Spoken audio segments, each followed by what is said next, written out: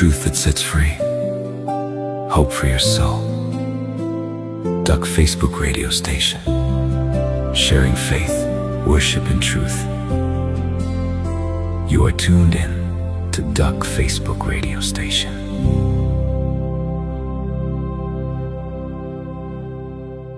Stryd tussen vlees en gees, dit staan teenoor mekaar. Jy kan nie doen wat jy wil. Wandel deur die gees, nie na die vlees. Geen veroordeling, vry in Jesus Christus.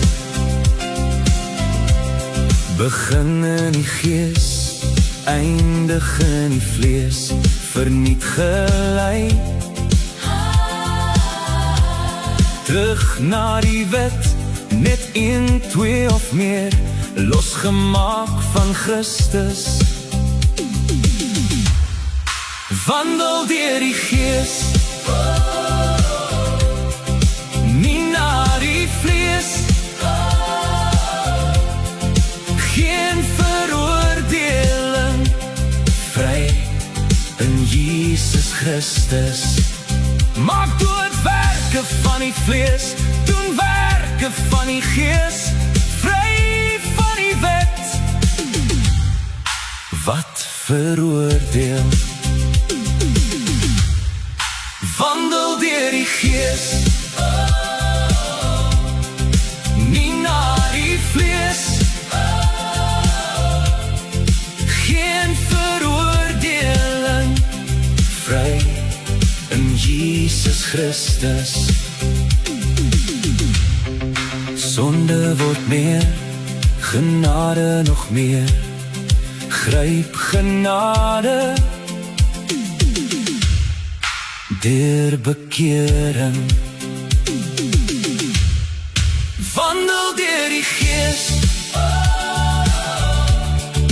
nie na die vlees. Geen veroordeling, vry in Jesus Christus. Wandel deur die gees, nie na die vlees. Geen veroordeling, vry in Jesus Christus.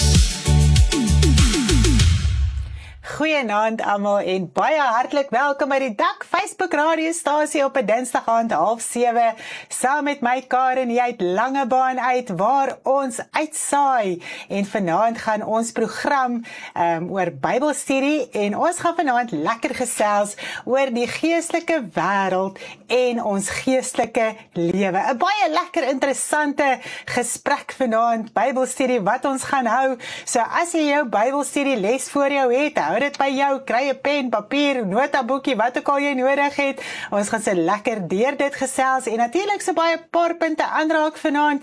En hierdie les loop oor na 'n volgende les, so dis les 18 en 19.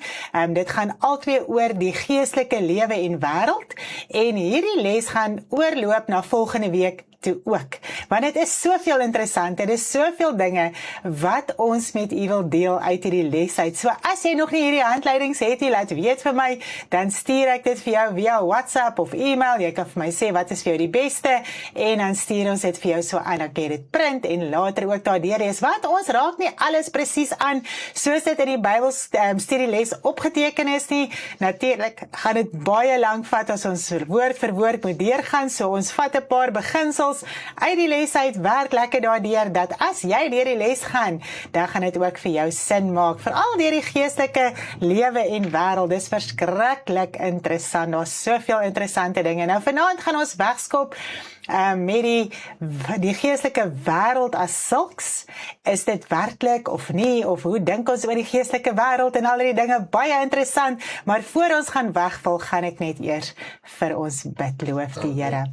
Vader, baie baie dankie vir u liefde, u genade, u barmhartigheid, u grootheid, u goedheid, Vader. U is so getrou, u is so regverdig. Ek wil u net loof en prys en eer en aanbid en groot maak, Vader. Baie dankie vir u liefde vanaand weer eens wat u woord met ons deel. Dis barmhartig teenoor ons, Vader, om ons lewe te kan uitsorteer, sodat ons Vader kan vrug oplewer, dat hierdie saad wat in ons harte gesaai is met ons wedergeboorte, dat dit kan groei, dat dit kan vrug oplewer.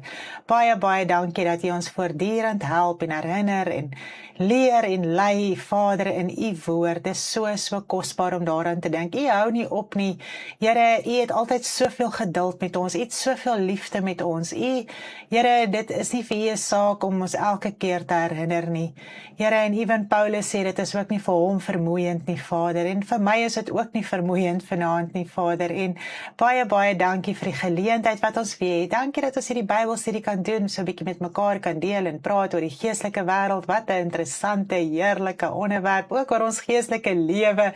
Joh, Here, dit is net so amazing. Baie, baie dankie daarvoor. Ek wil bid dat ons ore besny sal wees vanaand, ons harte, om te verstaan wat u woord met ons praat en deel, dat dit regtig ingang net kan vind in ons harte, en 'n edele en 'n kosbare hart voor die aangesig, dat ons dit daar kan bære en dat ons daarmee kan werk, sodat dit kan vermeerder in ons harte, Vader, dat die woord altyd net kan lewe.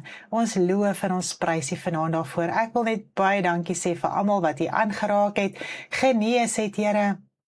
My hart is so dankbaar, Vader, toe Esme ook gisterand 'n boodskap stuur. Nadat ons gebid het, was daar nie weer pyn in haar ou liggaampie nie. Baie, baie dankie daarvoor, Vader. Dra haar verder deur, help haar, ondersteun haar ook met alles wat sy deur gaan en doen. En ek wil vanaand ook bid, Vader, dat u ook vir haar 'n pad maak in haar tydelike saak, Vader. Ek wil u aanroep vanaand. Ek dink ook aan Dolla, Here, met haar tydelike saak, dat u ook sal antwoord, dat u sal help, dat u ook sal uitsorteer, Vader. U weet hoe, wat, waar. Here, u is ons God, u is ons Vader, en ons kan altyd na u toe kom, en ons kan altyd op u vertrou, want ons altyd hoop wanneer ons met u praat, Vader. Ek dink weer vandag daaraan, Here, dit moet verskriklik wees om verwyder te wees van u, want as u nie meer insaam in ons lewe het nie, is ons verlore. En ons altyd hoop in u, Vader, ons altyd hoop wanneer ons met u praat, en wanneer ons, Here, bid, en ons dank, en ons loof, en ons prys u daarvoor. Ek wil u net eer vanaand in die kragtige naam van u Seun Jesus Christus. Amen. Prys die Here, wat 'n lekkerte om so saam te kan bid vanaand. Ons loof die Here. Ons het lekker saam met Sandra gekuier die naweek wat verby is. Sy is gister weer terug huis toe, en dit was so ironies geweest. Haar vliegtuig se skroef het losgekom of afgeval of iets. Maar ja, sy het veilig by die huis aangekom. Ons loof die Here daarvoor. Wat 'n lekker naweek saam met haar. Nou, vanaand gaan ons so lekker gesels, en ek wil hê u moet net so 'n bietjie saam met my dink vanaand. Is die geestelike wêreld 'n werklikheid of nie? Het jy al daaraan gedink?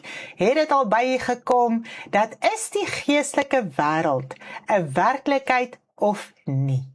Het jy al daarin gedink? Nou, ek wil nou nie baie tyd opneem om nou eers antwoorde te kry nie. Ek glo u het al daarin gedink, want dit is so 'n werklikheid, nee. Hoor nou gou mooi. Luister gou mooi. Dat dit slegs die geestelike wêreld het in die begin bestaan. Wow, wait. Het jy al ooit daaraan gedink? Ja. Dat geen ander wêreld bestaan as die geestelike wêreld nie. Dis waar alles begin het. Dis God se koninkryk. Dit is waar hy bly en heers, en Jesus Christus was van die begin af saam met die Vader. Die Vader het hom geskape, gegenereer, hoe dit ook al gebeur het, ons weet nie presies nie, maar van die begin af was Jesus Christus saam met die Vader. En eers in die Nuwe Testament is hy geopenbaar aan ons. Is dit nie mooi nie? Maar ja, dit het my so opgewonde gemaak om te dink dat dis die enigste wêreld wat bestaan het. En baie keer het ons soveel vrae en wonder daaroor. Is daar 'n geestelike wêreld? Hoe lyk die geestelike wêreld en al die dinge? Maar wanneer ons die woord lees, kan ons 'n baie goeie idee kry van die geestelike wêreld. Nou, So die vleeslike wêreld is geskape vanuit die geestelike wêreld. Yes, ons gaan nou daarby Yes. kom. Maar nie my voor. Uit, hardloop nie my liefde mannetjie. Ja, so God het die hemel en die aarde geskape in sy teenwoordigheid. Okay, so ons gaan nou vanaand so 'n bietjie van 'n ander angle af praat. Dalk kan ons vanaand so 'n bietjie meer verstaan as wat ons net praat van kom ons gaan na die begin af. Dis hoe dit was of wat ook al die geval mag wees. Ek het nou vandag gewonder wat verstaan ons baie keer nie wanneer ons dink aan die geestelike wêreld nie, aan die begin nie. En ek gaan ons 'n bietjie van 'n ander angle af vanaand vat. So dit wil sê, God het die aarde en die geestelike wêreld geskape. Okay, het ons hom so. So, die aarde wat God geskaap het, deur die Here Jesus Christus van die begin af, was in sy teenwoordigheid in die geestelike wêreld. Okay, is dit reg, my man? Ja, jy's reg. Ek wag hier in spanning op hulle vanuit Jy mag.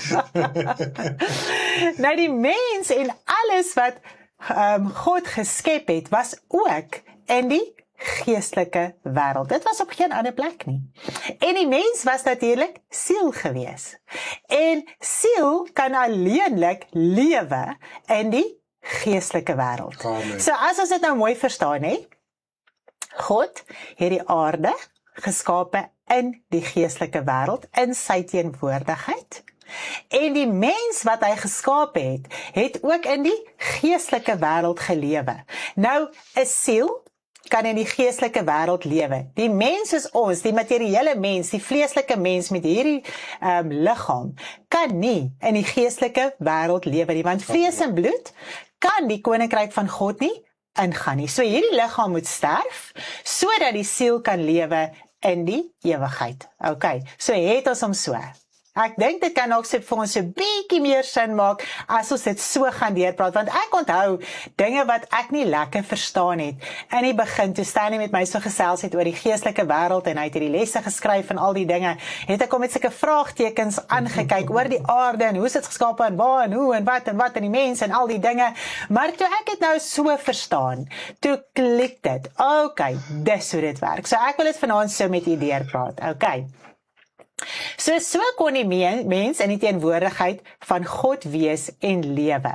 Want siel kan net in die geestelike wêreld lewe. Nou hulle was volmaak en hulle was sonder sonde, dis hoekom hulle in God se teenwoordigheid kon wees. Okay. So ek glo ons verstaan hierdie saak. Nou na die sondeval het die vleeslike wêreld eers begin. Okay, so in die begin was die geestelike wêreld, die aarde was in die geestelike wêreld gewees, die mens was in die geestelike wêreld gewees, en nadat die mens gesondig het in die tuin van Eden, toe is die aarde vervloek, en as gevolg van die sonde wat die mens gedoen het, ook uit God se teenwoordigheid verwyder. Dieselfde aarde wat hy geskep het aan die begin, is uit sy teenwoordigheid uit verwyder, want hoekom? Daar was nou sonde, daar was nou ongeregtigheid, sonde kan nie voor God nie, God kan nie sonde absorbeer nie, daar was nog nie vergifnis vir die mens gewees nie, so die aarde was in hierdie vervalle, vervloekte toestand gewees. Okay. Yes. En die oomblik toe sonde inkom, kon die mens met sonde nie meer in God se teenwoordigheid wees nie. So toes die aarde uit God se teenwoordigheid verwyder, en die mens is uit God se teenwoordigheid uitgedrywe. Yes. Want dit was sondig. As gevolg van die mens wat sonde gedoen het, toes die aarde ook vervloek. Okay. Nou hulle was uitgedryf voordat hulle van die boom van die lewe kon eet. Andersins kon hulle amok saai met die gees in hulle siel in God se hemele. So hulle mag nie van die boom van lewe geëet het toe hulle gesondig het nie. Okay. Het ons hom so. Ons het hom. Nou omdat die siel nie op die vervloekte aarde wat nou vleeslik is kon lewe nie. Ek wil hier dit moet insink. Die siel wat in die begin geskep is as mens, wat die asem van God gekry het, wat 'n lewende siel geword het, kon nie, toe hulle uitgedryf is uit God se koninkryk uit, op die vervloekte aarde lewe nie. Okay? Hulle was uitgedrywe en hulle was in die duisternis in die geestelike wêreld. So dis waar siele lewe, okay? In die geestelike wêreld. Dit kan nie op aarde lewe nie. Nou God moes 'n saak doen, sodat die mens nie vir ewig verlore was in die duisternis met sy siel nie. En hy het vir die mens rokke van vel, hierdie liggaam, geskape, waarmee hy op die aarde kan lewe, en dit verbind aan die siel, wat op daardie stadium in duisternis was. Okay, so het ons hom so. So die siel kan nie op hierdie aarde lewe nie. Die siel lewe in die geestelike wêreld, waar hy aan die begin geskape is. Al wat gebeur het, hy is uit God se teenwoordigheid uitgedryf. En God moes iets doen, dat die siel van die mens nie vir ewig verlore was nie. En hy het die liggaam verbind aan die siel. Okay, so ek glo, dit is duidelik. Loof die Here. Ek dink dalk kan dit so 'n bietjie vir ons meer duidelikheid gee, kan 100 keer na die luister. Dit bly awesome. Ons is die illusion. Ja, wow. Yes, awesome om daaraan te dink. Ja, ek het en ek glo. Wow, prys die Here. Ja, dis net awesome. Ek moet net so 'n bietjie kyk na die. So God se gees was toe ook in die duisternis, saam met die siel van die mens, want die gees van God was nog op daardie stadium in hulle siel. Okay. Het ons hom so. En almal daarna het ons steeds die gees van God gehad in hulle siel, wat gebore is. En na die vloed is die gees van God verwyder uit die mens se siel, want wat het die mens gaan doen met die gees van God in hulle siel? Hulle het uitermate sonde gaan doen. Dis wat die mens gaan doen het met God se gees. Dis eintlik verskriklik om daarin te dink. Dit is hoe die mens is, van die begin af, en is dit nie nog steeds so nie? Ek wil ook net hierso noem met net so 'n bietjie reageer op wat Lindy hier sê. So God se gees was toe ook in die duisternis. Ek wil vir julle gou iets in perspektief bring rondom die gees van die Here. Ek weet nie my vrou of jy dalk later daaroor gaan praat nie. Ons moet nou hierdie wêreld is die wêreld van duisternis. Yes. En God se gees is hier om ons te oortuig. Ja. God se gees raak nie deel van die duisternis nie. Dit moet ons baie duidelik verstaan, want die oomblik toe die mens gesondig het daar sonde in sy siel ingekom, toe is daar sonde en die gees van die Here wat daar was om die mens te oortuig wel van sy sonde, wat ons gesien het onmiddellik gebeur het, toe hulle wel gesondig het. En dit is die krag en ek het eintlik partykeer nie woorde om te beskryf hoe nederig God se gees is in hierdie opsig nie, want ook toe God die hemel en aarde gemaak het die gees oor die duisternis gesweef.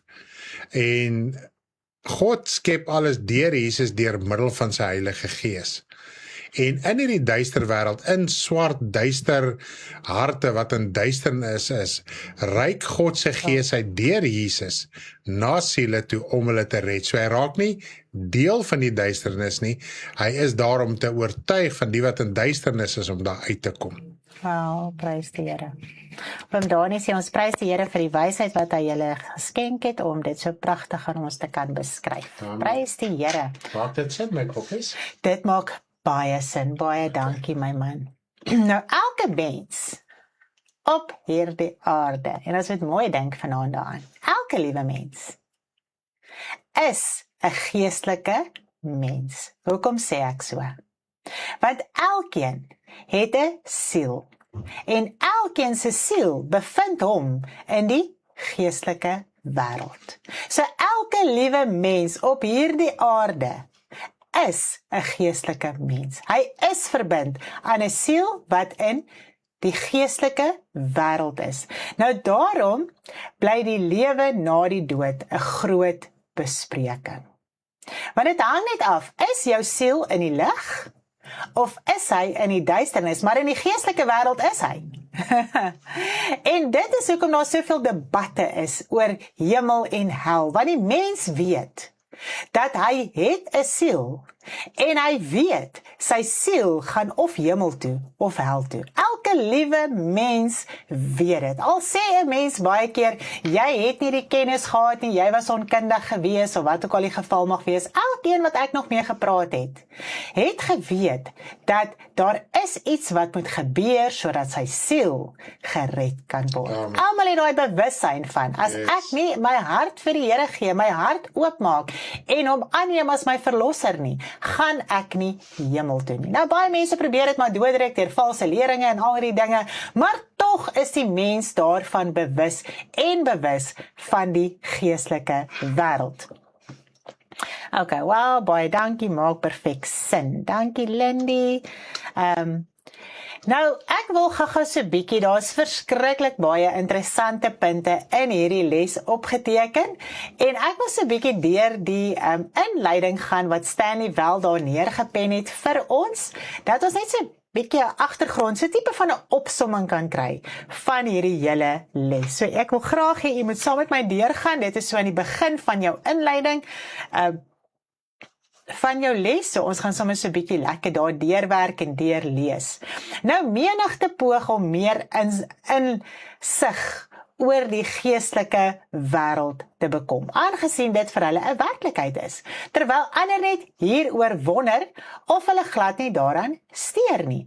Die ateïs of rasionalis sal die bestaan van 'n geestelike wêreld of ten minste die idee van 'n wesenlike hemel of hel ontken. Daarenteen glo die meerderheid van die mensdom in een of ander tipe geestelike wêreld, al sou baie nie in 'n wesenlike hemel en hel glo nie. Nou, toegewyde godsdienstiges glo in een of ander vorm van hemel en hel. Hoe elke godsdienst dit verstaan en verwoord verskil. Daar is selfs hulle wat glo dat hemel en hel op aarde is, en jy kan bepaal of jou lewe hemel of hel gaan wees. Met hierdie tipe denke word hemel uitgebeeld as alles wat goed en positief is, en hel alles wat sleg en negatief is. Jy kan dus bepaal of jy 'n positiewe of negatiewe lewe wil lei. So baie mense glo dit so, en dit is nogal vir my skrikwekkend toe ek dit nou vandag so lees, toe dink ek, ja, dit het gedeurgesyfer na die Christelike kerk toe. Want dit is nou waar die mense so begin spreek en verklaar, dat hulle voel, hulle het die besluit, of hulle hierdie prosperous lewe gaan lei, en dit wat jy nou verkeerd gaan spreek, gaan oor jou kom. So dit is amper die denke van die mens op hierdie stadium, dat hy kan bepaal, gaan hy hierdie prosperous lewe op aarde, of hoe gaan dit wees, deur te spreek en te verklaar en te eis en al hierdie dinge. Nou, jy kan dus bepaal of jy positiewe of negatiewe lewe wil lei. In hierdie geval gaan dit ook nie so seer oor 'n persoon se finansiële kondisie nie, maar eerder sy geesteskondisie of gemoedstoestemming. Die Christelike Bybel, veral vanaf die Nuwe Testament, leer van 'n wesenlike of werklike hemel en hel. En hier sal met my saamstem. Ons kan kyk in die Nuwe Testament, dit is vir ons opgeteken. Jesus Christus het vir ons soveel dinge kom bekend maak, hy het die Vader aan ons kom bekend maak, en al die dinge, so ons is nie onkundig dat daar wel 'n werklike geestelike wêreld is, en dat daar hemel en hel is. En ons moet ons besluit maak waarheen ons gaan. Dit leer ons ook dat Satan, die duiwel, die ou slang en die draak, die heerser is van die hel, en dat God die Vader die heerser is van die hemel. Nou, Jesus was die eerste persoon wat klem gelê het op 'n werklike hemel en hel. Alhoewel dit nie 'n onbekende begrip was toe hy op aarde was nie. Hy het sekere aspekte en realiteite daarvan onthul. Want onthou net, in die Ou Testament het hulle almal doderyk toe gegaan. So hulle het nie eers eintlik 'n verwagting, hulle het 'n verwagting gehad om te kan hemel toe gaan, maar hulle kon nie, want die Gees van God was nog nie daar gewees nie. Jesus Christus het nog nie gekom nie. Hy het periodiek oor hulle gekom en hulle het hulle taak verrig, maar dan het die Gees weer weggegaan. So hulle kon nie die Gees van God besit nie. Hulle kon nie tot wedergeboorte kom nie. Hulle kon nie vergifnis kry nie, want daar was nog nie vergifnis vir die mens gewees nie. Dit is hoekom die mens doderyk toe moes gaan. Nou, dit was net Henog en Moses en Elia wat wel net hemel toe is, wat verander het en hemel toe gegaan het. Die res van die mense, elke liewe een, was doderyk toe gewees. En Jesus Christus kom maak bekend hoe ons kan hemel toe gaan, wat is ons geestelike saak, hoe ons dit moet uitsorteer, wat kan ons uit die hemel uithou en al die dinge. So hy het alles vir ons kom bekend maak. Nou, Hy het die hemel kom beskryf as die koninkryk van God en van lig en die hel as koninkryk van Satan of duisternis. Verder het hy geleer dat almal nie outomaties hemel toe gaan wanneer hulle doodgaan nie. Is dit nie so nie? Ons het 'n duidelike lering gekry van hoe kan jy die koninkryk van God ingaan en dit is ons gaan nou daarby uitkom. Nou daar is 'n bepaalde voorwaardes en keuses wat ons moet uitoefen om wel soontoe te kan gaan en dit is beskore vir almal in die wêreld. God het die wêreld so lief gehad. Ons lees dit in Johannes 3 vers 16. God het die wêreld so lief gehad, dat hy elkeen wil red, en dat hy sy eergebore seun gestuur het, sodat elkeen gered kan word. So, die hemel word weerhou vir niemand nie. Dit gaan absoluut oor jou eie keuse, jou eie besluit, of jy hemel toe gaan, en of jy nie hemel toe gaan nie. Daar's geen partyskap in God se koninkryk nie. Hy besluit nie, ek het vooraf bepaal, jy gaan hemel toe en jy gaan hel toe nie. Dit gaan absoluut oor ons eie keuse. Ons het die lering gekry by die Here Jesus Christus, en gaan ons dit aanneem, of gaan ons dit nie aanneem nie. Nou daar is bepaalde voorwaardes en keuses wat ons moet uitoefen om wel soontoe te kan gaan en dit is beskore vir almal. Dit het die Jode dwars in die krop gesteek, aangesien hulle geglo het dat hulle as gevolg van hulle Joodse herkoms outomaties God se koninkryk sal ingaan. So hulle wou nie hoor wat Jesus sê nie. Hulle wou nie die leringe aanvaar wat die Here Jesus Christus gebring het nie, want hulle wou outomaties God se koninkryk kon ingaan. En is dit nie ook so nie? Baie Christen, ek praat nie van kinders van die Here nie, voel omdat hulle 'n sekere lewe het, om 'n sekere standaard in hulle lewe het, of in 'n sekere kerk behoort en al die dinge, gaan hulle outomaties gered word, want die Here Jesus Christus het die prys betaal, so jy hoef niks verder te doen nie. En dit is die denkwyse van die mens, en ongelukkig werk dit nie so nie, want die Here Jesus Christus het aan een persoon verduidelik wat jy moet doen om wel die koninkryk van God te kan ingaan, want dit is 'n persoonlike saak. Elke individu moet dit aanneem en doen en toepas, sodat hy kan hemel toe gaan. Amen. Wauw, is dit nie mooi nie? Dis mooi. Dit is ook nie die aardse liggaam van vlees en bloed wat hemel toe gaan nie, en dit het ons nou so mooi deurgepraat nie, want die vlees en bloed kan nie God se koninkryk ingaan nie, die bloed kan nie God se koninkryk ingaan nie, maar die siel, wat met die aardse liggaam verenig gaan word met die wederkoms. Dit word ook as die eerste opstanding genoem, en dit lees ons in Openbaring 20 vers 5 tot 6.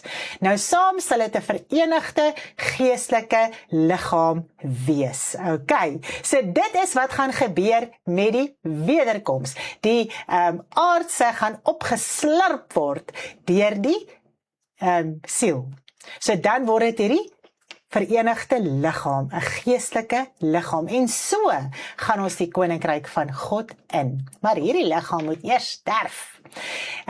Nie meer 'n aparte siel en aardse liggaam van vlees en bloed nie. Ons word ook verder geleer van 'n opstanding van die dode, wat eers gaan plaasvind met Jesus Christus se wederkoms. Dis dit nie mooi nie. Dit staan ook bekend as die tweede koms van die Here Jesus Christus. Tydens die wederkoms gaan die mense se siele, wat in Christus gesterf het, saam met hom kom, om hulle met hulle aardse liggame te verenig, die mense wat weergebore Christene is. Dis al wat dit gaan gebeur, want onthou net, wanneer jy tot wedergeboorte kom, ontvang jy die Gees van God. Nou die Gees van God het Jesus Christus uit die dood uit opgewek. Okay? En ons moet ook die Gees van God hê, om ons siel uit die dood uit op te wek in die lewe in. Amen. So jy kan nie die ewigheid ingaan sonder die Gees van God. Net om 'n goeie lewe hier te lei, of net te voel jy is 'n okay ou, of 'n goeie mens, of wat ook al, dit kan jou nie hemel te vat nie. Het jy die Gees van God ontvang, wat jou moet opwek, of het jy nie? So dit gaan 'n outomatiese proses wees. Die Gees gaan dit doen.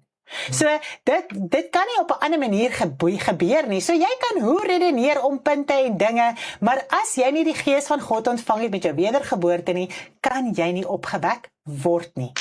Ja. Ja, en dit tref 'n mens, dat mense wil soveel dinge redeneer oor baie dinge, maar as jy die woord lees, dit is ja en amen, dit is hoe dit sal wees, God het dit so vasgemaak, en dit kan nie verander word nie, volgens die mens nie.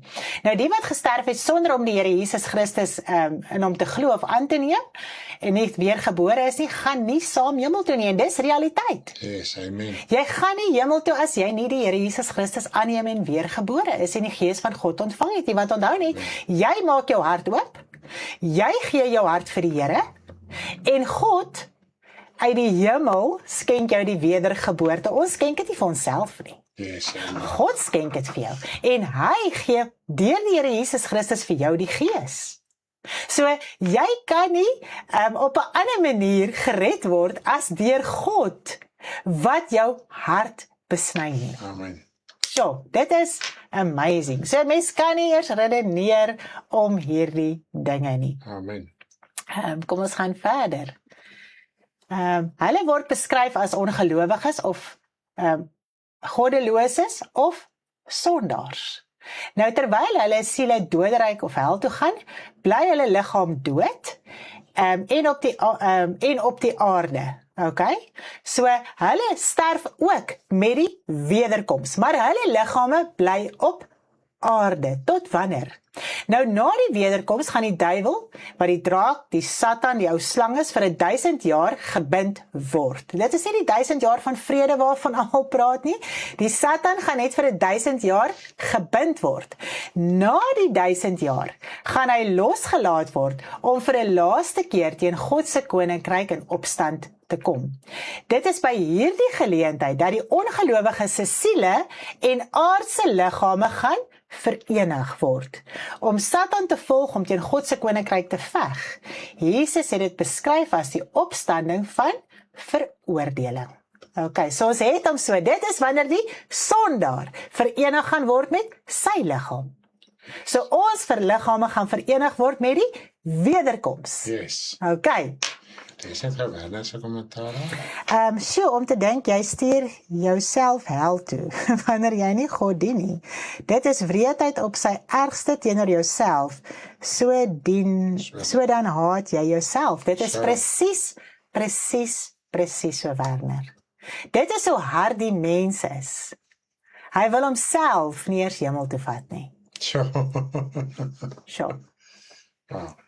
Dit is hoekom daar soveel liefdeloosheid is op hierdie aarde, as jy nie as jou eie siel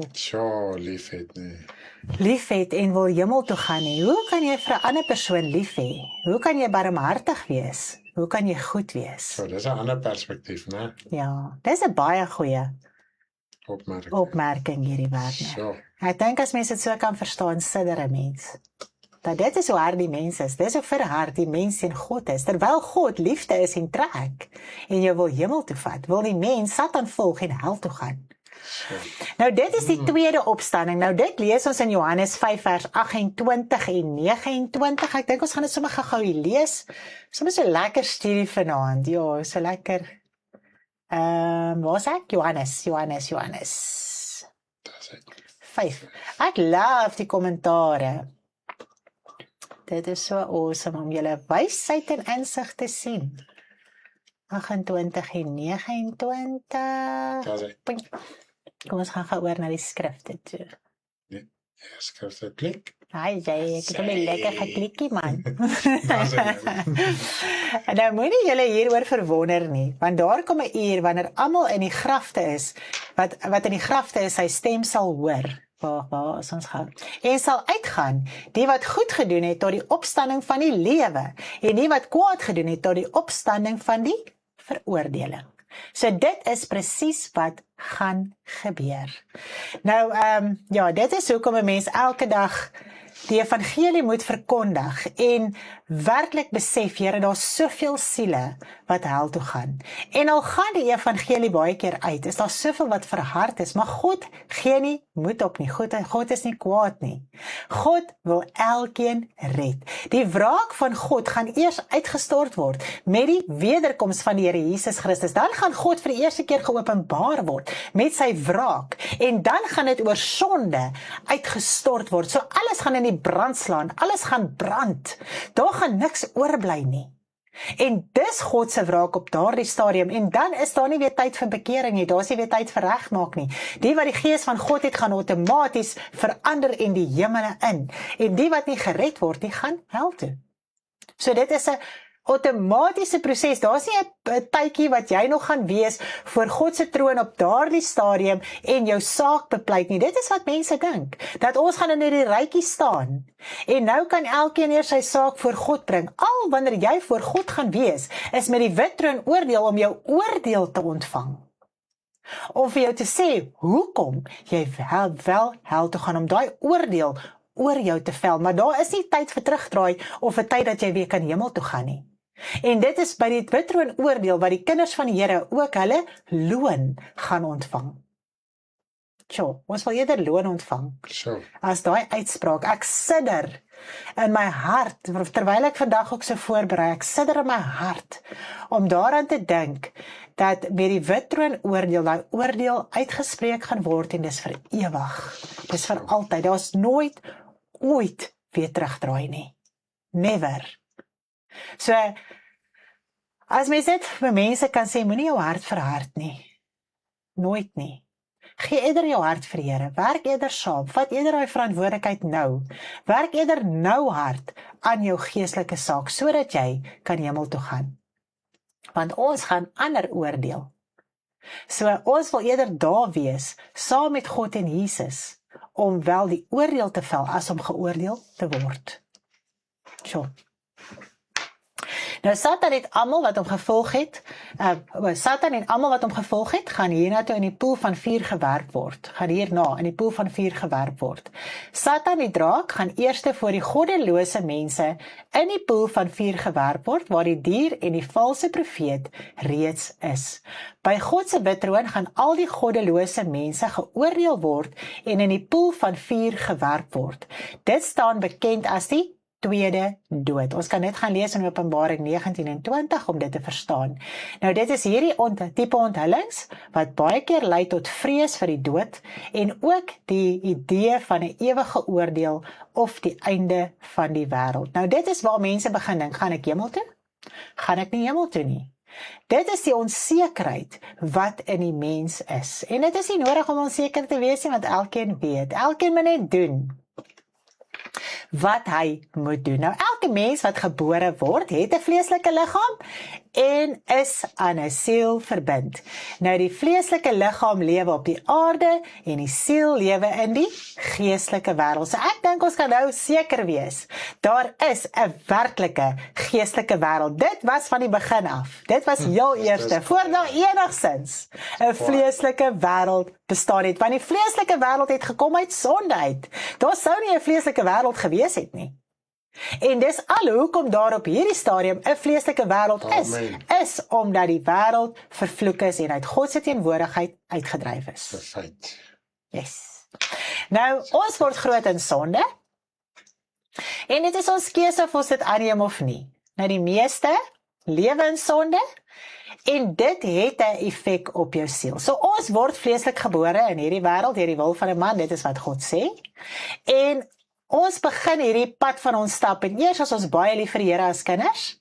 Ek dink, jy kan altyd kindertjies sien, hulle is altyd so opgewonde oor die Here, hulle is altyd lief vir die Here, hulle is nooit skaam vir die Here nie, hulle wil altyd die Here, hulle wil altyd bid, en hulle wil altyd die Here dinge vra, en hulle is so opgewonde oor hulle families wat die Here dien, en al hierdie dinge, nooit skaam nie, altyd lief vir kerk, en al die dinge, maar dan kom daar 'n tyd in jou lewe, wanneer jy teen God begin draai, wanneer jy die sonde begin lief kry, wanneer jy kennis van sonde begin kry. Ja, dis so. En dan is dit jou keuse, gaan jy daai kennis van sonde aanneem en dit begin doen en geniet, of gaan jy uit die sonde uitbly? Nou, ek kan vir julle sê, die meeste mense lewe in sonde, hulle gaan agter sonde aan as jong mense, hulle voel dis jou jongmens lewe, jy moet dit geniet, jy moet dinge doen, jy moet deel wees van die crowd en al die dinge, die groepsdruk en alles, en dit is hoekom mens baie keer agter hierdie dinge aangaan, en dan is dit asof alles van God se woord en sy liefde wat jy vir hom gehad het en al die dinge vervaag, want nou kry jy skaam vir God. Jy skaam om sy naam te noem, voor jou maatjies, voor jou vriende, of wat ook al. So jy vloei in hierdie lewe van sonde, en al hierdie dinge het natuurlik 'n effek op jou siel. Nou alles wat jy aanneem in die wêreld, is in jou siel gesetel. Dit is vas in jou siel. Nou, die seer wat jy kry is 'n wond in jou siel. As jy verkragt of gemolesteer word, is dit sonde teen jou siel. As jy seksuele sonde doen, is dit 'n sonde teen jou eie siel. Yes. So alle oorspronge, alle sonde, alle ongeregtighede is gesetel in die siel van die mens. Dis hoekom die siel van die mens gered moet word. Amen. Want die siel van die mens is verlore met al hierdie sonde en ongeregtigheid en seer en pyn en verwerping en al hierdie dinge wat in hom gebeur het. Dis alles in jou siel gesetel. Dis daar vas, okay? Nou moet ons besef dat al die oorspronge van die lewe is in die siel gesetel en dit het 'n effek op jou liggaam. Dit is hoe jou liggaam gaan reageer. Dit is hoe jy gaan operate. Is deur dit wat in jou siel is, in jou innerlike is. Okay? So as iemand gemolesteer of verkragt is of wat ook al, of verwerp is of goeters, kan jy dit baie keer in die optrede van die persoon sien in die vlees. Yes. Baie keer sien jy verwerping, dan is mense asof hulle snaakse dinge wil doen, hulle wil aandag trek en al die dinge. Die ander is so seer, hy is dalk vol getatoeëer, hy dra swart klere, hy is nie lus vir die samelewing nie, hy trek terug, hy doen al die dinge. So baie keer sien 'n mens die uiterlike saak van hoe dit in die siel lyk. Yes. Okay, dit wat in die siel gesetel is. En dit is maar die dinge wat moet gesond word. Alles moet net gesond word in die siel. Yes. So dan sorteer alles so mooi uit, want dit is wat die woord sê. Maak die binnekant skoon, dan sal die buitekant van self uit skoon kom. Die optrede, die ways, die dinge sal van self regkom en uitsorteer. Want die meeste van die tyd as mense verwerp is, of hulle het 'n verwerping ervaar en goeters, wil hulle snaakse dinge doen om nie dieselfde as die ander mense wees nie, sodat hulle raak gesien word. Nou dis al daai dinge wat in 'n mens se lewe moet genees, sodat jy net kan aangaan in jou lewe normaal. Okay. So ons lees dit natuurlik ook in Spreuke 4 vers 23, Spreuke 3 vers 24. 4 vers 23. Ja, Spreuke 4 vers 23. Kom ons gaan gou soontoe. 4 vers 23. Kom ons gaan gou oor na ons skrif toe. Hy sê, bewaak jou hart meer as alles wat bewaar moet word, want daaruit is die oorspronge van die lewe. Nou dit is ook as kinders van die Here, bewaak daai hart. Sorteer daai hart uit, sodat daar nie nog verdere dinge gesetel raak in daai hart nie. Want met jou wedergeboorte, en dit is so mooi om aan te dink, dan ontvang jy die gees van God in jou hart. Nou ons moet gaan mooi verstaan, hè? Jy het mos nou 'n siel, wat aan jou vleeslike liggaam verbind is. Okay? Nou kom jy op 'n punt in jou lewe, wat jy nou al so down and out is. En jy begin uitroep voor die Here, want daai siel van jou is verlore. Jou siel het al soveel seer, daar's al soveel dinge gesetel in daardie siel, wat moet uitsorteer. So jy roep nou al voor die Here uit, want jy weet daai siel moet gered word. Nou, neem jy die Here Jesus Christus aan, en hoe doen jy dit? Jy kom met 'n gebrokenheid voor die Here, met trane, met berou kom jy voor die Here. Nou, skenk God jou die wedergeboorte en hy gee vir jou die gees. En die gees kom in jou siel in, en hy kom maak jou siel verlig. Hy kom maak jou siel lewend. Soos wat God die gees aan die begin in die mens ingeblaas het in sy siel, kom maak die gees jou lewend. Nou is die Gees van God daar om jou te oortuig van sonde, oordeel en geregtigheid. Die Gees van God is daar vir jou as 'n hulp. Okay? En so kan jou hart vernuwe, want uiteindelik in jou siel is jou hart. Okay? En dit is in jou sielse hart waarin alles gesetel is. Kan ek gou net Jy mag. Lisel sê net hierso, so dit wat jy in die vleeslike lewe doen, raak die siel en die geestelike liggaam. En dit is wat Karen eintlik nou besig is om te beskryf, dat onthou net al die oorspronge van sonde is in die siel. Jou liggaam lewer net die bewys op van dit wat in jou siel reeds is. So dis nie asof jy nou iets gaan doen in die vlees, wat nie al reeds in jou siel gesetel is nie. Yes. So met die gevolg is dat alles wat jy in die vlees doen, was al klaar 'n sonde in jou siel gewees. Dis net jou vlees openbaar die sonde wat al reeds in jou, of nog steeds in jou hart is. Dis nou geaardhede en al die tipe van goeders. Yes. En dit is waar al daai geaardhede en goed gesetel is, né? En dit is waar dit moet uitsorteer in jou siel, in jou innerlike, sodat jy ook hier kan reg optree en kan vriendelik wees en kan uitsorteer en al die dinge. So as jy siel van jou siek is, wys dit in hierdie liggaam met jou optrede. So maak die binnekant skoon. Wat is die binnekant van die beker? Die beker is 'n simboliek van jou siel. Okay? Nou moet jy die binnekant van jou siel skoonmaak. Jy het mos nou sondebelydenis, daar's nou vergifnis wat vir jou daar is om daai siel skoon te kry, die hart van die siel skoon te kry, los te kry van alle sonde en ongeregtigheid, om dit wat opgebou is in jou karakter, jou geaardheid en alles uit te sorteer, te erken voor die Here, verlossing te kry daarvoor. En so kan jou optrede begin anders raak. Verstaan ons dit? Hoe gebeur dit dan in die siel? Onthou net die siel het sekere begeertes, drange. En elke persoon se drang of se sonde wat in sy siel gesetel is, manifesteer op 'n sekere manier in sy liggaam. Kom ons vat nou 'n random voorbeeld, dis wat Karen nou hierso sê. Jy het innerlik seer, jy het innerlik pyn. Die ene vergryp hom aan drank, die ander een vergryp hom aan dwelms, die ander ene raak byvoorbeeld 'n prostituut, die ander ene probeer nakkie die nar wees sy lewe lank. Wat die geval ook al mag wees, die een nou gaan all out in besigheid en probeer almal domineer, of wat die geval mag wees. So hoe jou liggaam die vertolking doen van die probleem wat in jou siel is, kan van mens tot mens verskil. Yes. Maar as ons byvoorbeeld kyk haat, bitterheid, ek meen haat begin by bitterheid. Nou, baie mense loop met bitterheid en die woord sê as jy haat, is jy 'n moordenaar. So in jou siel veroorsaak jy geestelike skade.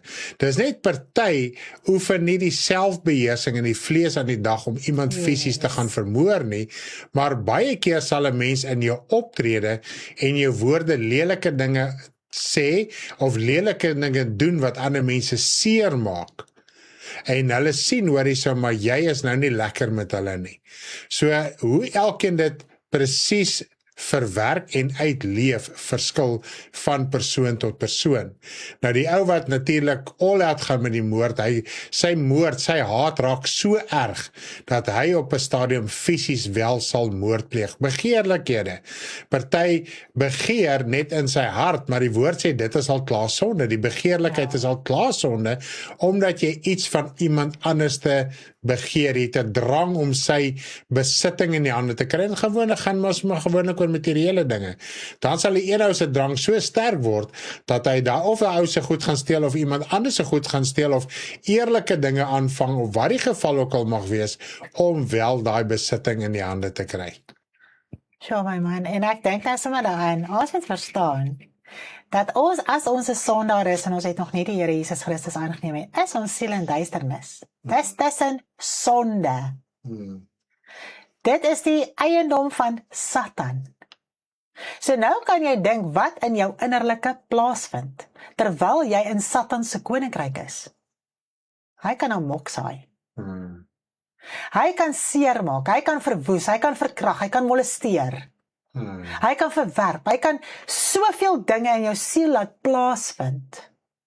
sodat dit gesetel is in jou siel, dat hy jou siel in die hande kan kry, om in die hel te werp. Want hy wil ons so seer maak, dat ons nooit die courage het om ons hart vir die Here te gee nie. Dat ons in sy koninkryk bly. En dit is hoekom ons moet loskom, dit is hoekom ons moet vrykom. En ons hart nie verhard teenoor God nie, want dit is altyd God se skuld. Almal voel dis God se skuld. Maar ons is in Satan se koninkryk. Hy is ons Vader. En hy kan maak wat hy wil. Tjoh, dit is eintlik verskriklik om daaraan te dink. Nou ons moet terugkeer na die geestelike, na God se koninkryk. Dis die belangrikste om te weet. Daar is 'n koninkryk van Satan, daar is 'n koninkryk van lig, God se koninkryk. En ons moet terugkeer, want ons het dit verloor met die sondeval. En na die vloed het ons nie meer die gees van God in ons siel gehad nie. So nou was ons net 'n dooie siel gewees. Nee, hy is nie dood nie, maar hy is uit God se teenwoordigheid uit. Yes. Okay? So nou het ons die liggaam en die siel wat nie in God se teenwoordigheid is nie. Nou moet ons op 'n manier terugkom in God se teenwoordigheid om weer sy heerlikheid te kry, om weer sy hemel te kan ingaan. Okay? So ons moet terugkeer na God se koninkryk toe. Nou, hoe keer ons terug na God se koninkryk toe? Daar is iets wat ons moet betaal, sonder geld, om God se koninkryk te kan ingaan. En dit is ons lewe. Yes, amen. So dis al hoe jy kan gaan betaal, is al hoe jy kan koop in God se koninkryk om daar te kan ingaan, is deur jou lewe vir hom te gee. Amen. En baie keer is dit 'n groot prys vir mense om te betaal. Maar die een wat bereid is om daai prys te betaal, om sy lewe te gee, hy kan gered word, hy kan verlossing kry. Amen. Hy kom uit Satan se koninkryk van duisternis en sonde uit sy mag uit sy gevangenis uit, want onthou net, hy hou elke siel gevange wat in sy koninkryk is, wat nog nie sy hart vir die Here gegee het nie. Amen. Hy hou jou gevange. Dan is ons so lief vir sonde. Dis 'n gevangenis. So, dis 'n gevangenis.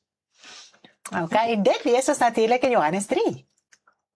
Nou, of ons weergebore is of nie, want Jesus het hier aan Nikodemus verduidelik, dat jy moet weergebore word. Toe sê hy vir hom, nou, hoe kan jy weergebore word? Moet jy teruggaan in die skoot van jou moeder in?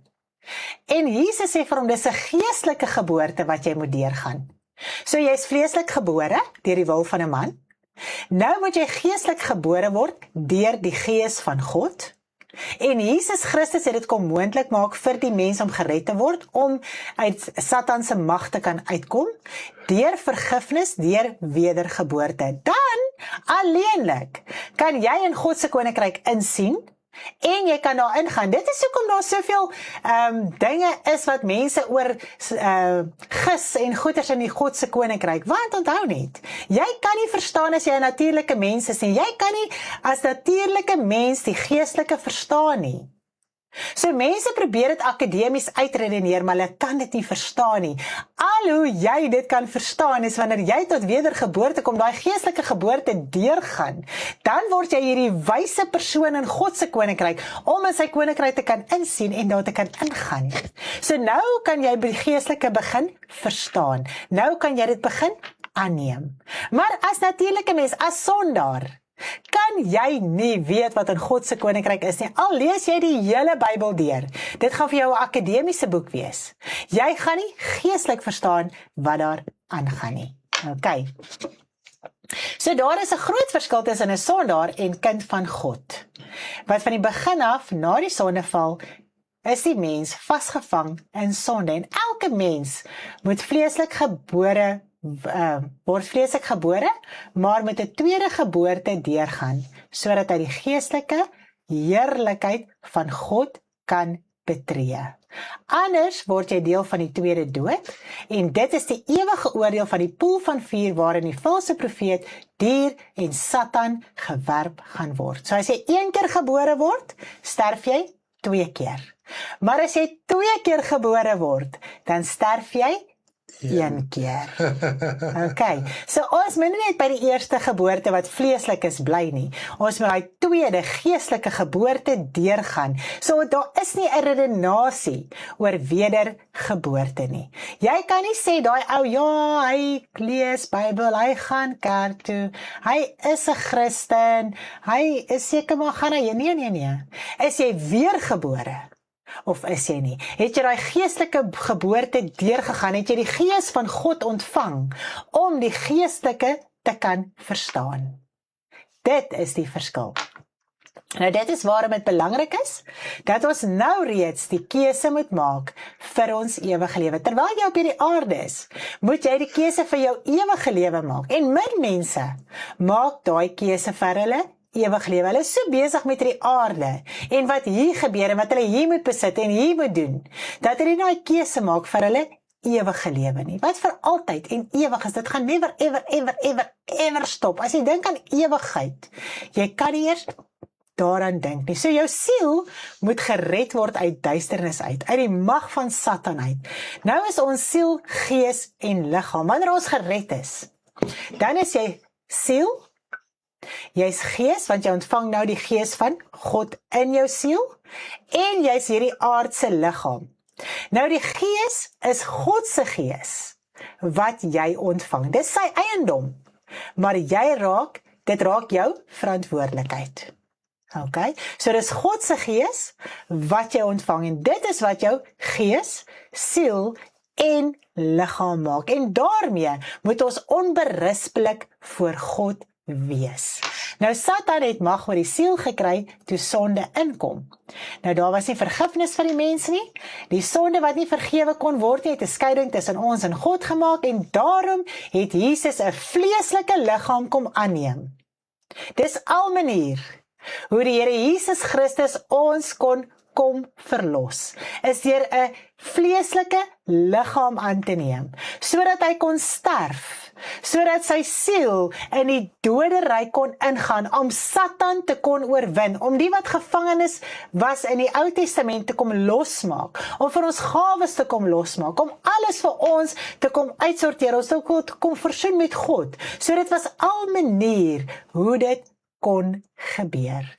En alles natuurlik het deur vergifnis plaasgevind, want vergifnis is die enigste manier om los te kom van die houvas van die duiwel, die krag wat die duiwel het oor jou. As jy vergifnis kry, het Satan geen mag meer oor jou nie. As jy jou sonde bely, sonder sonde die pad stap, sondeloos, want onthou net elke keer wat jy sonde doen, en jy vra vergifnis vir jou sonde, op daai oomblik is jy sondeloos, jy sonder sonde. En dis hoe jy Satan oorwin. Dis amazing om daaraan te dink. Dit is hoe amazing vergifnis is. Dis hoekom die Here Jesus Christus moes kom, sodat ons vergifnis van ons sonde kon kry, sodat ons ou lewe vergewe kan word. Ons hoef nie weer vir ons ou lewe verantwoordelikheid te gee nie. Dis weg, dis klaar, dis verby. Met jou doop is dit weggewas. Maar nou stap jy die pad elke dag in jou nuwe lewe wat jy gekry het in die Here Jesus Christus. En in dit moet jy in vergifnis bly wandel. Dis die genade, dis die hoop, dis wat ons in die Here Jesus Christus gekry het, sodat ons kan hemel toe gaan. Gaan ons 'n lied luister. Yes, ons gaan nou op hierdie punt, gaan ons 'n lied luister wat Stanley vir ons geskryf het, vlekloos tot by die wederkoms, en luister dit lekker saam met ons.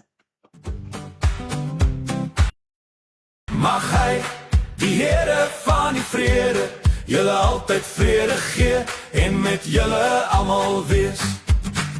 Ondersoek, behou die goeie, blus nie die gees, wees bly, bid altyd en los die kwaad. En mag hy, die God van die vrede, julle heilig maak, mag julle gees, siel, liggaam by die wederkoms vlekloos wees. Hy wat jou roep is getrou, hy sal het doen, werk saam, plant, maak nat, hy laat groei. En mag hy, die God van die vrede, julle heilig maak, mag julle gees, siel, liggaam by die wederkoms vlekloos wees.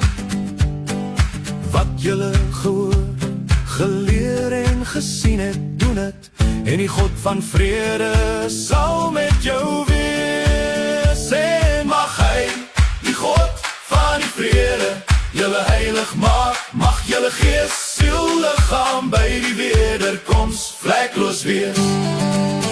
En mag hy, die God van die vrede, julle heilig maak, mag julle gees, siel, liggaam by die wederkoms vlekloos wees.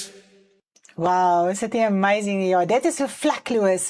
Ons moet lewe tot by die wederkoms, gees, siel en liggaam. Want as ons alles skoon hou in ons siel, sal ons liggaam ook daarop reageer. Dit is net so mooi om aan te dink. En ek wil dit net weer by u bring, dat die sondaar op hierdie stadium sit nog steeds in daardie gevangenis. Nou, dit is elkeen wat die keuse maak vir wedergeboorte, wat uit die mag van duisternis uitkom. Okay. So dit het nie outomaties gebeur toe die Here Jesus gesterf en opgestaan het uit die dode, dat elke mens nou gered gaan word, elke mens is nou vergewe vir hulle sonde, niemand hoef nou meer niks te doen nie. Daar is 'n keuse wat jy moet maak as mens, en dit is wedergeboorte. Jy moet jou hart oopmaak, jy moet die Here Jesus Christus aanneem in die wedergeboorte, anders bly jy in die gevangenis van Satan, onder sy mag, dat hy reg het oor jou siel. En dit is waarvan ons moet loskom, dit is waarvan ons moet vrykom. En wanneer 'n mens die Here Jesus Christus aanneem, dan begin mens verstaan, daar's 'n geestelike wêreld. Amen. Mens begin verstaan waaroor jou siel gaan, jy begin verstaan waaroor jou verantwoordelikheid gaan in die evangelie. En dan wil jy werk in God se koninkryk, om ook ander siele te win vir God se koninkryk. Is dit nie so mooi nie? Ek weet gou hier kry, ek dink ek het nou al hierdie, dan is dit natuurlik, dis 'n groot debat, is daar lewe na die dood, is daar lewe na die dood, dit is 'n groot debat, altyd is daar lewe na die dood, mense praat daaroor, hulle redeneer daaroor en al die dinge, en ja, daar is lewe na die dood, vir die wat weer gebore word, wat hy sê, Dis wys. jy sal vir Tot punt van ewig wysheid. lewe, al het jy gesterwe. Maar Prys die die wat in Here. duisternis vasgevang is, die sondaar gaan ook lewe, maar in duisternis. Hy gaan nie die heerlikheid van God se koninkryk ingaan nie. Hy gaan nooit ooit in God se teenwoordigheid kan wees nie. Net om te dink, jy kan nie in God se teenwoordigheid wees nie, is skrikwekkend. Want as 'n mens dink, daar's altyd hoop in God. Wanneer 'n mens bid, wanneer jy die Here soek, daar's altyd hoop.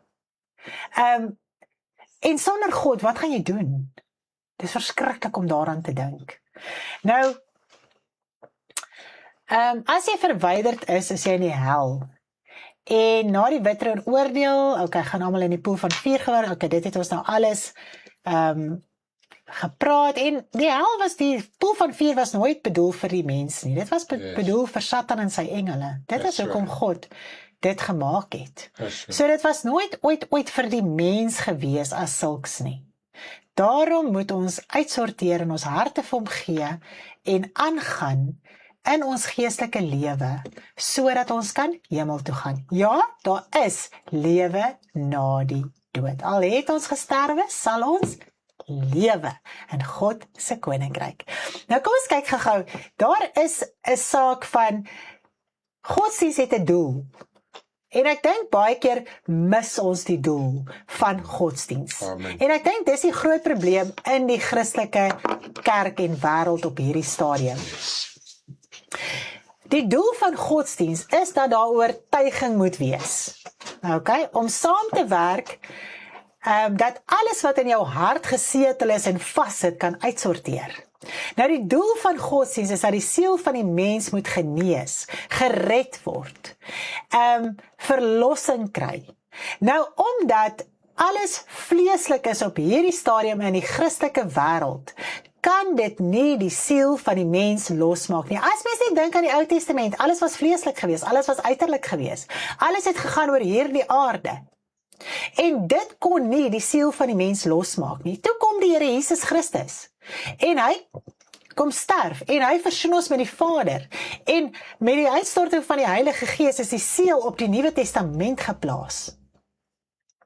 En van daar af kon ons harte oopmaak en vir die Here gee en die Gees ontvang. En dit moet ons losmaak, dit moet ons vrymaak, maar omdat die Christelike wêreld op hierdie stadium by die vleeslike bly, net die materialistiese deel, net van gee jou hart vir die Here, dan sal dit met jou materialisties goed gaan, en dit is die hoop wat geskep word by soveel mense, en dit is hoekom die meeste mense hulle harte vir die Here gee, sodat dit met hulle finansiëel kan beter gaan. Nou wat gaan jy doen? En ek, Stanley sê baie keer, is so mooi, dat die evangelie wat jy in die arme bedien, moet jy in die koning se paleis kan bedien, en andersom, want anders is dit nie die evangelie nie. So nou bedien jy vir hoeveel mense, dit gaan met jou beter gaan as jy jou hart vir die Here gee. Maar nou kom jy by 'n persoon wat wel geld het, wat wel finansiëel sterk is. Wat gaan jy vir hom sê, hoekom het hy die Here aanneem? En ek dink dit is die groot probleem in die Christelike wêreld. Daar is nie 'n besef van die siel wat gered moet word nie. Die siel wat verlos moet word nie. Want as ons wil aangaan met die vleeslike saak, is daar geen oortuiging van God se Gees wat saam met ons werk nie. As ons wel die evangelie bedien in gees en waarheid, en jy verstaan waar dit gaan, en jy sien in God se koninkryk, en jy verstaan die geestelike wêreld, en jy verstaan hoe belangrik is dat die siel gered moet word van elke persoon om hemel toe te kan gaan, dan is daar oortuiging wanneer jy die woord van God uitdra. So dit, die hele doel van die godsdienst, die evangelie, het in elk geval verlore geraak. Want daar is nie meer waarheid wat bedien word in God se woord nie. En wanneer dit nie gebeur nie, kan siele nie loskom nie, hulle kan nie vrykom nie, hulle kan nie hulle harte vir die Here gee nie, en dit is hoekom ons hierdie geweldige verpligting het as kinders van die Here, om in die gees te wandel, nie in die vlees nie. Ons kan nie meer doen wat ons wil nie. Yes, amen. Die gees en die vlees staan teenoor mekaar, en jy moet oorwin, Amen. sodat jy hierdie pad kan stap in die evangelie, om ook ander na die Here toe te lei. So ons het 'n geweldige verantwoordelikheid. Ons kan nie eens redeneer oor gees en vlees nie. Ons kan nie eens redeneer oor vleeslike en geestelike nie. As jy daaroor redeneer, dan sê dit jy's nog 'n natuurlike mens, jy verstaan nie die geestelike nie. Want die geestelike het 'n geweldige impak. En as jy die woord van die Here bedien, met daai impak, dan slaan dit met die vuis. Amen. Dit slaan raak. Dit tref die ander ou in die hart, al word hy kwaad, dit het getref. Yes. Dit het trefkrag gehad. Amen. Maar wanneer jy besig is met 'n vleeslike evangelie, dan tref dit nie die hart nie. Sure. Dit maak nie los nie, dit maak nie vry nie. Sure. En dit is 'n groot saak, want ons moet die lig wees in hierdie wêreld. Ons het 'n geweldige verantwoordelikheid. Jesus Christus was die lig wat gekom het na hierdie wêreld toe. En nou moet ons die lig wees in hierdie wêreld, Amen. sodat ander gered kan word. Nou, die punt waarby ons by ons geestelike lewe moet uitkom, is om te besef dat die geestelike lewe en die hiernamaals belangriker is as ons aardse lewe, aangesien die sigbare tydelik is en die onsigbare ewig is. Dit is wat ons moet besef. Dit is waar ons by moet uitkom. Ons kan nie bly hinker na dinge op hierdie aarde nie. Ons kan nie bly hinker na die vleeslike nie, want dan gaan ons vasgevang raak in hierdie vleeslike. Ons gaan nie verstaan van die geestelike nie. En sodra jy jou hart oopmaak vir die geestelike, kom jou hart vry. Wow, jou vrug word opgelewer. Ander sien die vrug, ander kan daarvan eet. Is so mooi. Hy sê in 2 Korintiërs 4 vers 16 tot 18, daarom gee ons nie moed op nie, maar al vergaan ons uiterlike mens ook nogtans, word die innerlike mens dag na dag vernuwe. Want ons ligte verdrukking wat vir 'n oomblik is, bewerk vir ons 'n alles oortreffende ewige gewig van heerlikheid. Ja, dis 'n mondvol. Omdat ons nie let op die sigbare dinge nie, maar op die onsigbare, op die geestelike wêreld. Dit is wat ons voor oë het. Want die sigbare dinge is tydelik, maar die onsigbare is ewig. So dan begin jy die geestelike wêreld verstaan, jy begin jou geestelike lewe verstaan, jy begin jou geestelike verantwoordelikheid besef, wat jy moet doen om die koninkryk van God te kan ingaan. Nou, ons oortuiging in hierdie verband moet so sterk wees, dat dit in die verkondiging van die evangelie weerspieël moet word. Amen. Dit is wanneer ons die evangelie effektief aan alle klasse, rasse, nasies in hierdie wêreld kan verkondig. Want dan gaan dit oor geen vreeslikheid nie, dit gaan oor geen partydigheid nie, dit gaan nie oor kleur, ras, taal of nasie nie. Dit gaan oor 'n besef dat elke siel moet gered word. En dan is dit effektief wanneer jy die evangelie uitdra. Dan is jou hart reg, uitgesorteer, opreg en verstaan die geestelike. Dan verstaan jy, dit gaan nie hier om vleeslik een te word nie. Dit gaan daaroor om geestelik een te word. Nou, daar is nog soveel dinge wat ons wil bespreek in hierdie les, maar wat ek net mee wil afslaan, die nuwe verbond, is die wet van die Gees, van genade, van vryheid, want genade is so vry, want jy kan jou sonde bely, jy kan vergifnis kry, Amen. En is 'n vry lewe, jy hoef nie met die sonde las van jou elke dag te loop nie, daar is 'n geleentheid, daar is 'n afspraak wat jy by die Vader kan hê, deur die Here Jesus Christus se voorspraak, sodat jy verlossing, sodat jy vergifnis kan ontvang van jou sonde, jy kan vry wees, jy kan los wees van hierdie wêreld, maar as jy in die vlees aangaan, bly jy gebonde, vir altyd, want onthou net in die Ou Testament was dit vleeslik gewees. So wat gebeur as jy met die ou verbond wil aangaan, met die Ou Testament wil aangaan, dan bly jy in daai gebondenheid, want dit kan nie losmaak nie, dit kan nie vrymaak nie. Want dis hoekom die Here Jesus Christus gekom het. So ons moet in die Gees wandel, in die vryheid van die Gees wandel. Dan kan ons uitgesorteer word. Dan kan ons hemel toe gaan. En dit is wat ons ook vir ander moet oordra. Dit is wat ons moet bedien aan ander. Dis wat ons moet lewe. Nou, in hierdie lesse vorentoe, gaan dit... Ek weet jy gaan afsluit. Nou, voor die afsluit, ek moet gereageer op Cornet hierso. Okay. Dit is so, Cornet, die groot ding is, jy moet gedoop word na jou wedergeboorte. Dit is uiters belangrik. So as jy sê jy is gelowig en jy is nie gedoop na jou wedergeboorte nie, dan is jy persoon sonder 'n kleed. Maar daar is ook vir ons waarskuwings wat ons in laasweek se 7 gemeentes les gedoen het. Al is jy gedoop, kan jy deur moedswillig die gees uit te blus en jou rig teen dinge te draai en oortuigings ensovoorts, kan jy ook daai kleed bevlek en jy kan wel ook die kleed verloor. Ek het nie raar gesien nie. Nou, jy is heel op die einde. Die laaste kommentaar. Ag, dankie my man, ek waardeer dit. Ja, dit is amazing hoe lankmoedig die Here met ons is, en ons het elke dag hierdie herinnering en hierdie pad wat ons kan stap en kan uitsorteer. So ons gaan nog praat oor geestesiektes, ons gaan nog praat oor, kan ons met die dode kommunikeer? Daar's nog soveel interessante punte wat voorlê in hierdie les, asseblief. Skakel weer volgende week in, maar môre aand 6:30 is dit die Engelse deel van hierdie gedeelte van ons les wat Stanley vir ons gaan aanbied. Nog baie meer winsgewend.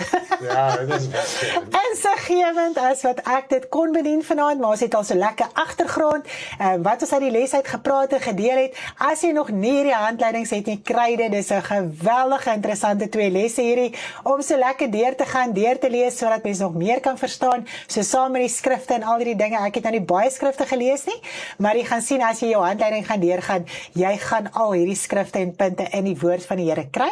So skakel môre aand 6:30, skakel volgende week in, dan gaan ons oor al die ander aspekte ook daarvan praat. Kan medikasie jou siel gesond maak, kan dit nie? Hoe moet ons dit verstaan? Hoe moet ons dit uitsorteer? So dis nog baie interessante dinge. Kan ons met die dode kommunikeer?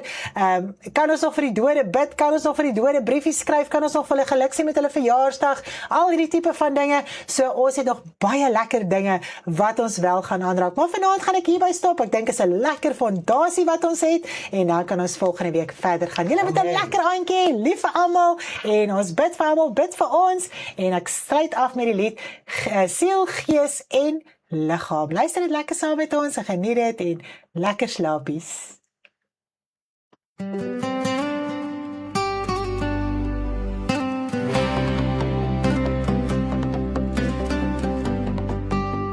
Adam was siel in die begin.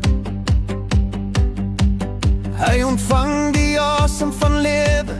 Eva word uit die rib van hom geskape. Son woes die eenheid tussen hulle en God. Hulle word uitgedryf uit God se teenwoordigheid. Vasgevang in duisternis. God skape vir hulle aardse liggaam, verbind dit aan hulle siel. So kon daar redding kom vir die siel, wat onder die mag van Satan was. Hulle word uitgedryf uit God se teenwoordigheid.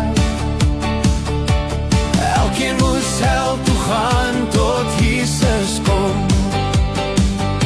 Hy gaan in die hel en verlos die regverdiges van die gevangenis.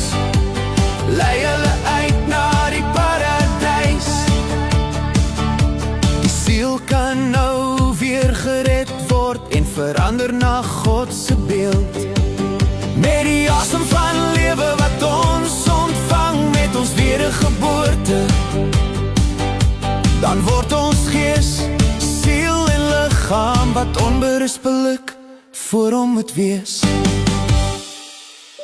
Redding van die siel deur Jesus Christus, sy offer vir ewig, vry van die sonde wat vervloeking bring. Terug in God se teenwoordigheid as die mens ombekeer. Gees, siel en liggaam onberispelik voor hom vir altyd.